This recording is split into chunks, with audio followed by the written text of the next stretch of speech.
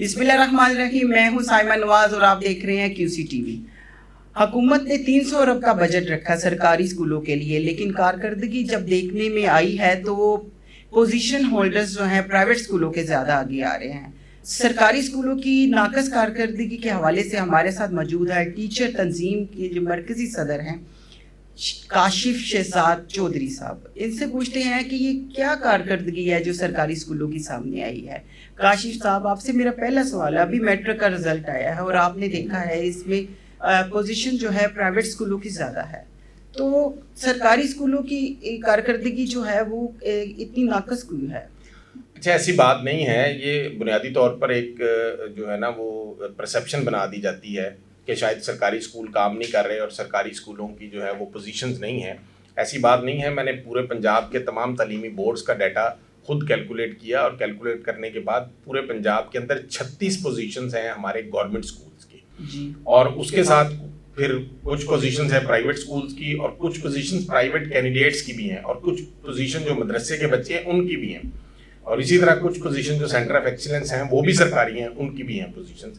تو ایسی کوئی بات نہیں ہے، یہ بالکل غلط تاثر ہے کہ سرکاری اسکولوں کی پوزیشنز نہیں ہیں، لیکن میں اس بات پہ 36 پوزیشن جو ہمارے اسکولوں کی آئی ہیں اس پہ میں اپنے اساتذہ کو بالکل خراج تحسین پیش کرتا ہوں کہ اتنی وسائل کی کمی کے باوجود، اساتذہ کی شدید کمی کے باوجود اتنی پوزیشنز لینا بورڈز کے امتحان میں، اور دوسری طرف جب آپ کمپیریزن کرتے ہیں تو ہمارے گورنمنٹ اسکولوں کے اندر ہم 20 روپے فیس میں پورا مہینہ پڑھاتے ہیں، اور جب آپ اس کا کمپیریزن کرتے ہیں سہولیات کا اور دوسری چیزوں کا پرائیویٹ اسکولوں کے ساتھ، تو اس کے اندر آپ دیکھیں گے کہ وہاں ہزاروں روپے آپ ایک مہینے کی فیس دیتے ہیں، وہاں کمروں میں اے سیز کی فیسلٹی، پانی کی فیسلٹی، دوسری تیسری، مطلب ایک پورا ماحول بنا ہوتا ہے، اس کے باوجود آپ بچے کو اتنا فیسیلیٹیٹ کرتے ہیں، اور فیسیلیٹیٹ کرنے کے بعد تو پھر یہ ہونا چاہیے کہ ہمارے گورنمنٹ اسکولوں کی پوزیشن آئی نا۔ ہمارے پاس بچے آتے ہیں جو غریب طبقے کے لوگ ہیں، بہت بعض دفعہ ایسے ایسے بچے ہمارے اسکولوں کے اندر ہوتے ہیں، آپ وزٹ کریں تو آپ کو اندازہ ہو کہ ان بچوں کو ہم جوتے ہمارے اساتذہ لے کے دیتے ہیں، ان بچوں کو یونیفارم ہمارے اساتذہ لے کے دیتے ہیں، ہم تو ان بچوں کو پالش کرتے ہیں، اور ان بچوں کو پالش کرنے کے بعد اگر ہم 9 تعلیمی بورڈز میں سے 36 پوزیشن لینے میں کامیاب ہو جاتے ہیں تو میرا خیال ہے کہ یہ میرے اساتذہ کی بہت بڑی کامیابی ہے۔ اچھا سر، مجھے بتائیں 10,000 اسکول جو ہیں اس وقت وہ آؤٹ سورس کیے ہیں انہوں نے اور آگے بھی کرنے جا رہے ہیں، تو وہ کہتے ہیں جی جیسے ہی اسکولوں کو آؤٹ سورس کیا ان کی کارکردگی جو ہے بہتر آ گئی ہے، تو اسی حساب سے تو پھر آپ کے سامنے اس میں آؤٹ سورسنگ کا جو ایشو ہے نا، یہ بنیادی طور پر ہم نے پہلے بھی بہت دفعہ اس کے اوپر ہمارے احتجاج بھی جاری رہے، اب بھی جاری ہیں۔ آؤٹ سورسنگ کا ایشو شروع ہوا تھا شہباز شریف صاحب کے دور میں۔ شہباز شریف صاحب نے اس وقت 5,000 اسکول جو ہے وہ پیف کے حوالے کیے، مجھے یاد ہے، ٹھیک ہے، اور اس وقت بھی ہمارے احتجاج ہوئے، اور اس وقت ایک ایگریمنٹ ہوا تھا حکومت کے ساتھ کہ وہ اسکول جن کی تعداد 20، 25، 30 ہے صرف وہ اسکول جائیں گے، اور ان اسکولوں میں یہ آج سے کوئی آپ پیچھے چلے جائیں تو یہ 10-12 سال پرانی بات ہے، اتنے ہی ہوگی، ٹھیک ہے۔ ان اسکولوں کے اندر ہمارا بار بار مطالبہ رہا کہ آپ بے شک جوڈیشری سے کوئی بندے لے لیں، آپ ان کا ایک جوڈیشل سروے کروا لیں ان اسکولوں کا کہ آیا وہ اسکول کس حالت میں پہنچے ہیں، مطلب وہ کروڑوں اربوں روپے کی بلڈنگز ہیں، فرنیچرز ہیں، وہ لوگوں نے تباہ کر دیے ہوئے ہیں۔ ان میں سے آپ اگر پرسنٹیج نکالیں گے ان 5,000 اسکولوں میں سے تو 10% اسکول شاید ایسے ہوں گے جو پرائمری اسکولوں کی بات ہوتی ہے، 10% اسکول ایسے ہوں گے کہ جو اچھے طریقے سے چل رہے ہیں، باقی جو آپ کے پورے اسکول ہیں ان اسکولوں میں سے کوئی تقریباً 800-900 کے قریب تو اسکول ایسا ہے جو تب سے 10 سالوں سے کوئی NGO کوئی اس کو فرد لینے کو تیار نہیں ہے، بار بار وہ پیف ایڈورٹائز کرتا ہے ان اسکولوں کو، لیکن وہ اسکول کوئی لیتا نہیں ہے۔ تو کیا یہ اسٹیٹ کی رسپانسبلٹی نہیں ہے اس علاقے کے بچوں کی؟ اگر وہ بچے وہاں اسکول میں 50 تھے یا 10 تھے یا 20 تھے، ان بچوں کو کس نے پڑھانا ہے اگر وہ پچھلے 6، 7، 8 سالوں سے ان اسکولوں کو لینے کو کوئی تیار نہیں؟ کیونکہ گورنمنٹ کا اسکول تو آپ نے بند کر دیا، آپ نے تو دینا تھا پیف کو، اب پیف کے ذریعے سے وہ کوئی NGO اس کو چلانے کو تیار نہیں ہے۔ تو یہ اسٹیٹ کی رسپانسبلٹی ہوتی ہے، اسٹیٹ کی رسپانسبلٹی کے اندر ہے کہ وہ وہاں اس ایریے کے اندر، اس لوکیلٹی کے اندر 20 بچے بھی پڑھنے والے ہیں تو ان کو پڑھانا ہے، تو یہ میں سمجھتا ہوں ان کے ساتھ زیادتی ہے۔ لیکن بدقسمتی کی بات یہ ہے کہ ان اسکولوں کا سروے نہیں کرایا گیا۔ اس حکومت آئی دوبارہ، اس حکومت نے بھی آتے ہی کہا جی کہ ہم نے آؤٹ سورسنگ کی طرف جانا ہے، یہ آؤٹ سورسنگ کی طرف گیا ہے، لیکن اب اس آؤٹ سورسنگ کے اندر بھی آپ سوشل میڈیا پہ دیکھتے ہوں گے، اس کے اوپر ہمارے بڑے تحفظات تھے، ہماری بڑی اس پہ رہی، پھر ایک منسٹر صاحب کے ساتھ ہماری جو ہے ہمیں نوکریوں سے نکالا گیا. بالکل نکالا مطلب مجھے نکالا گیا احتجاج کی وجہ سے نوکری سے, رانا صاحب کو, لیاقت صاحب کو نکالا گیا, پھر اس کے بعد سید مدثر حسین ہمارے ساتھی ہیں اور ان کو نکالا گیا, اور پھر اضلاع کے اندر بے شمار لوگوں کے خلاف کارروائی کی گئی ہمارے. لیکن ہمارے لوگ ڈٹے رہے. ہم سمجھتے ہیں کہ ہم ان کو خراج تحسین پیش کرتے ہیں. اور پھر اس کے بعد منسٹر ایجوکیشن سے جب ہماری میٹنگز کا سلسلہ بعد میں شروع ہوا, پھر بیٹھے جب ٹیبل پہ, تو پھر کرتے کرتے ان چیزوں کا حل نکالا گیا. اور اس کے اندر جو اس وقت گرینڈ ٹیچر الائنس کے اندر تمام تنظیمیں تھیں, ان تمام تنظیموں کے ساتھ ایک بات کے اوپر متفق ہوئے کہ صرف وہ school, primary school out source ہوگا جس کی تعداد 100 سے کم ہوگی. ہم آج بھی اس بات پر کھڑے ہیں, اور وزیر تعلیم بھی ابھی جہاں ہمیں ملتے ہیں یہی کہتے ہیں کہ میں اپنے وعدے پر قائم ہوں. تو اب اگر 100 سے کم والا کوئی اسکول بچا ہے, ہمیں 1 سال تو ہو گیا یہ شور مچاتے ہوئے, تو اس میں اب میں سمجھتا ہوں کہ ہمیں خود بھی اور ہمارے اساتذہ کو بھی تھوڑا سا چاہیے جو ان اسکولوں کے اندر ہیں کہ وہ تھوڑی محنت کریں, اور کم از کم ان اسکولوں کے اندر اب اگر بچے کم تھے تو تھوڑی محنت کر کے بچے 100 سے اوپر لے جائیں تاکہ وہ آؤٹ سورسنگ کے بچ جائیں گے اسکول. اور اگر جب تک ہم بھی قائم ہیں اپنی بات پہ اور وہ بھی قائم ہے, وعدہ خلافی نہیں ہوتی, وعدہ خلافی ہوگی تو انشاءاللہ پھر آپ کو ہم سڑک پہ ملیں گے. اچھا, جو اسکول مجھے یاد ہے کہ پی ٹی آئی کے دور میں بھی کچھ اسکول آؤٹ سورس ہوئے. نہیں, پی ٹی آئی کے دور میں کوئی اسکول آؤٹ سورس نہیں ہوا, لیکن پی ٹی آئی نے جو ظلم کیا مراد راز صاحب نے اس محکمے کے ساتھ, انہوں نے 5 سال اس محکمے کے اندر ایک ٹیچر بھرتی نہیں ہونے دیا. ہاں بالکل. اس کی وجہ سے ہوا یہ نقصان کیا ہوا کہ 1 لاکھ سے زیادہ اسامیاں ہماری لوگ ریٹائر ہوتے گئے, اسامیاں خالی ہو گئی. اسامیاں خالی ہو گئی. اب جب نئی حکومت آئی ہے اس نے آتے دیکھا کہ اس 1.25 لاکھ کے قریب اساتذہ بھرتی ہونے, وہ 1.25 لاکھ کی فگر دیکھ کے ہی پریشان ہو جاتے ہیں کہ جی 1.25 لاکھ بندہ بھرتی ہونا ہے. تو اس سے بچنے کے لیے انہوں نے کہا جی کہ آؤٹ سورسنگ کریں. اب آؤٹ سورسنگ کے اوپر ہمارے تو بہت سارے تحفظات ہیں کہ جو اس کے نتائج ہیں.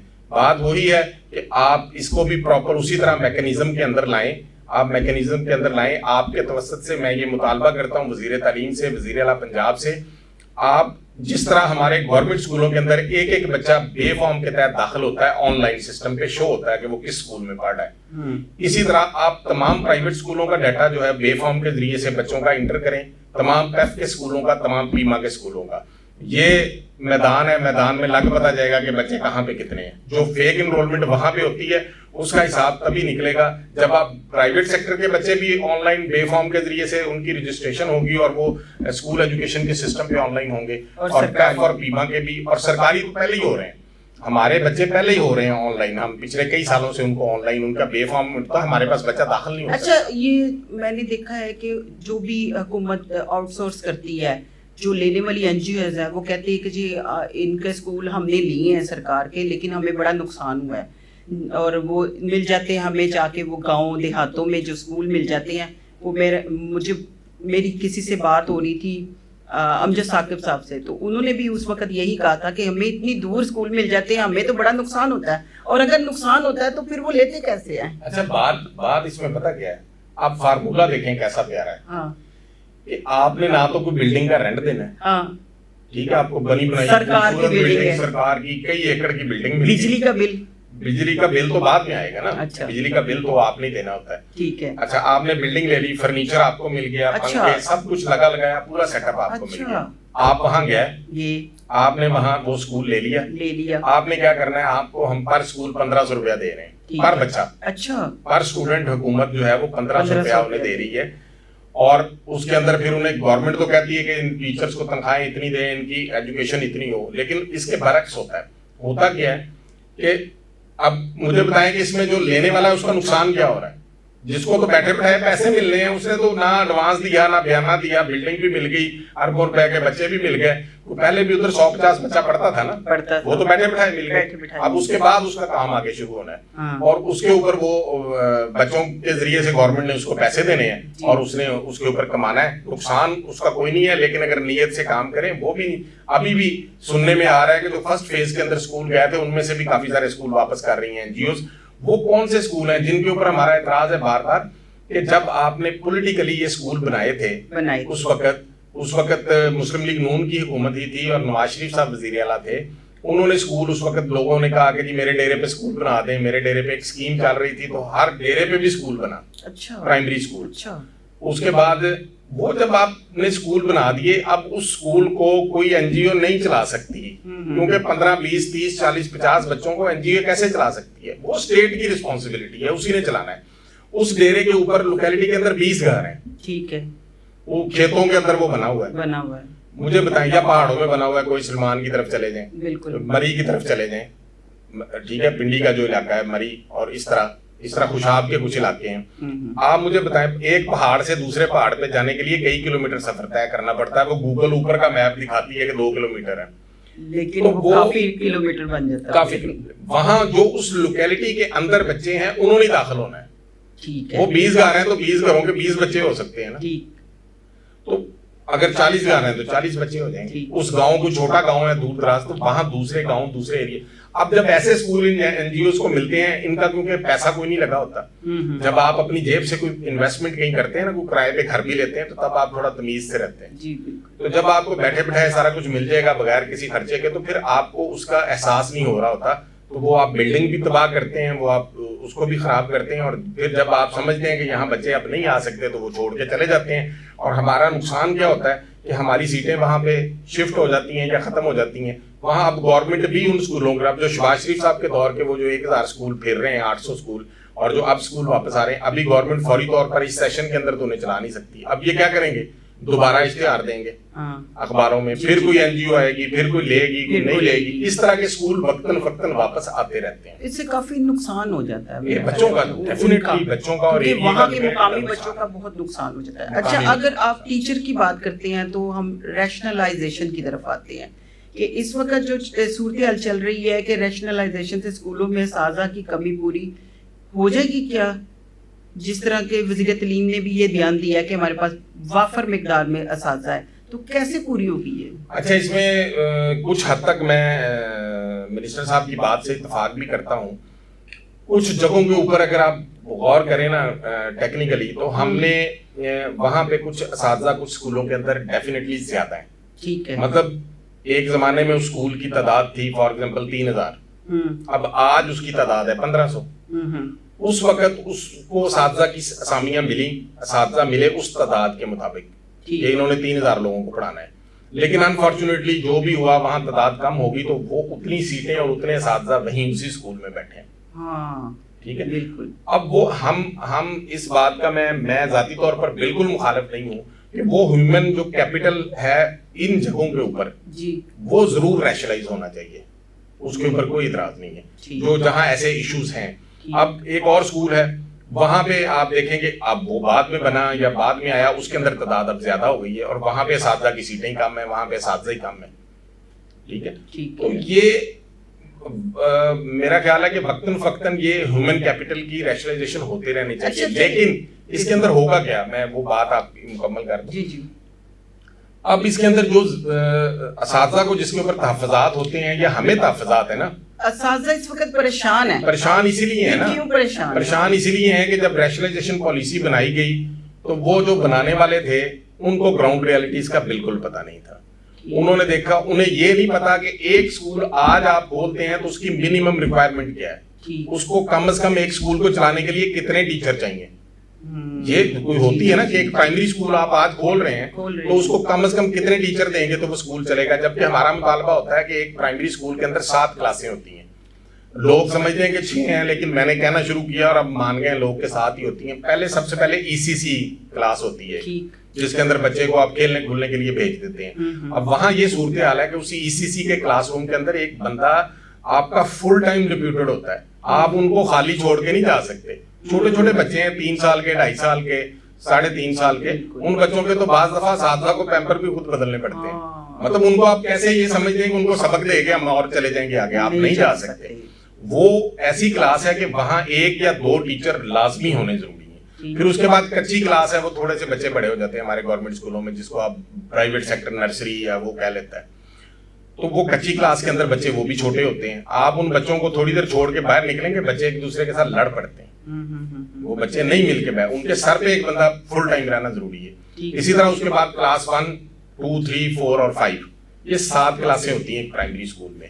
تو یہ ہمارا مطالبہ ہم اس لیے کرتے ہیں کہ 7 کی 7 جو ہیں وہ کلاسیں ان کے لیے 7 ٹیچر تو کم از کم دیں نا آپ. بالکل بالکل بالکل. لیکن یہ گراؤنڈ ریالٹیز کو کوئی نہیں دیتا.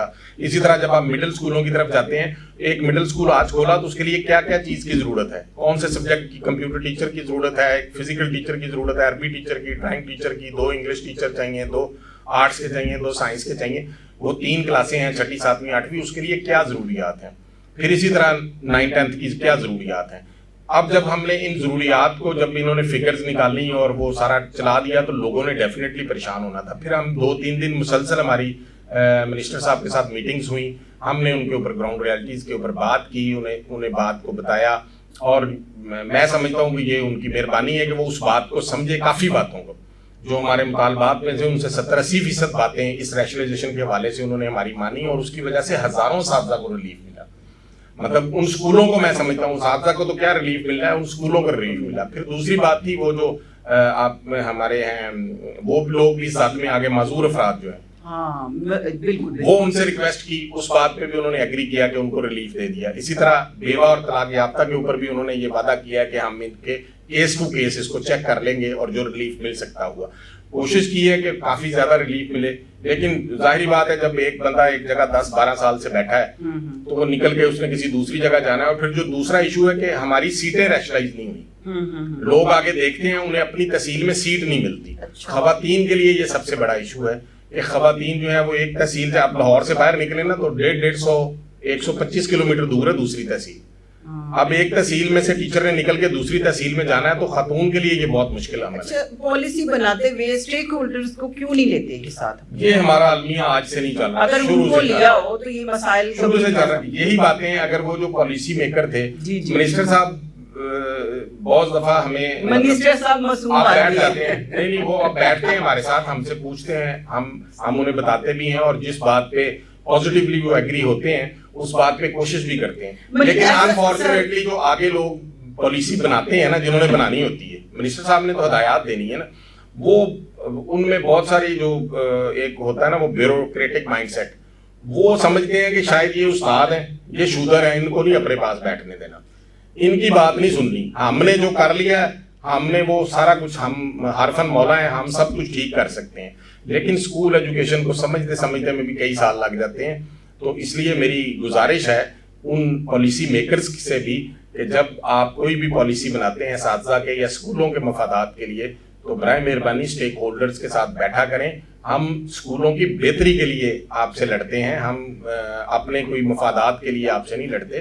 ہم اساتذہ, ہم دیکھو اگر مناسب ریشنلائزیشن ہو رہی ہے تو اس کے حق میں ہم بھی ہیں کہ جو ضروری ہے, جہاں پہ جن اسکولوں کو ضرورت ہے ان کا کوئی قصور تو نہیں ہے. لیکن اس کے بعد, اس ریشنلائزیشن کے بعد بھی بے شمار اساتذہ کی ضرورت ہے اس محکمے کو. میں سمجھتا ہوں کہ اگر اس وقت فوری بھرتی کی جائے تو کم از کم بھی نہیں تو 50 سے 60 ہزار اساتذہ بھرتی کا ہونے چاہیے. کاشف صاحب, حکومت اس طرف کیوں نہیں آ رہی, بھرتیوں کی طرف نہیں آ رہی ہے, کیا وجہ ہے؟ بس ایک وہ ٹرینڈ آ گیا, لیکن میں سمجھتا ہوں کہ جی وہ ایس ٹی آئی بھرتی کر لیں, کالج سائڈ پہ چلے جائیں تو سی ٹی آئی بھرتی کر لیں. اب آپ جس بندے کو 8 یا 7 یا 9 مہینے کے لیے بھرتی کرتے ہیں, اس کے بعد اس کو پتا ہے کہ میں فارغ ہوں, میں نے 8 مہینے 9 مہینے کی تنخواہ لینی ہے سی ٹی آئی کی یا ایس ٹی آئی کی, اس کا نہ تو انٹرسٹ ہوتا ہے, نہ اس کا اسکول میں انٹرسٹ ہے, نہ اس کا کالج میں انٹرسٹ ہے. بالکل, کیونکہ اس کے اوپر ذمہ داری کوئی نہیں ہے رزلٹ کی. جو ہم ملازمین ہیں, ہم اساتذہ ہیں, ہمیں تو یہ پیڈا ایکٹ بھی لگاتے ہیں, ہمارے اوپر کارروائیاں بھی کرتے ہیں, سارا کچھ کرتے ہیں کہ رزلٹ کیوں کم آیا. ان سے کون پوچھے گا, انہوں نے 1 سال کی تنخواہیں لی, وہ فارغ ہو گئے. اب آپ ان کو گھر جا کے تو نہیں پوچھیں گے کہ آپ کا رزلٹ کیوں نہیں صحیح آیا تھا, سال بعد 6 مہینے بعد رزلٹ آئے گا. اب یہ یہاں پہ گورنمنٹ کو سوچنا چاہیے. اب جب آپ نے, مجھے اس میں بالکل میری سمجھ سے باہر ہے بات, کہ جب حکومت پنجاب نے پینشن ختم کر دی ہے نئے بھرتی ہونے والوں کے لیے اور نئے ملازمین کے لیے, جنہوں نے مستقل ملازم بھی بھرتی ہونا, ان کے لیے بھی پینشن ختم ہو گئی ہے. اب جو پچھلے دنوں نوٹیفیکیشن ہوا تھا وہ پینشن ختم ہو گئی ہے. ان کے لیے سی پی فنڈ بنایا گیا, کنٹریبیوشن اسکیم اس کو کہتے ہیں.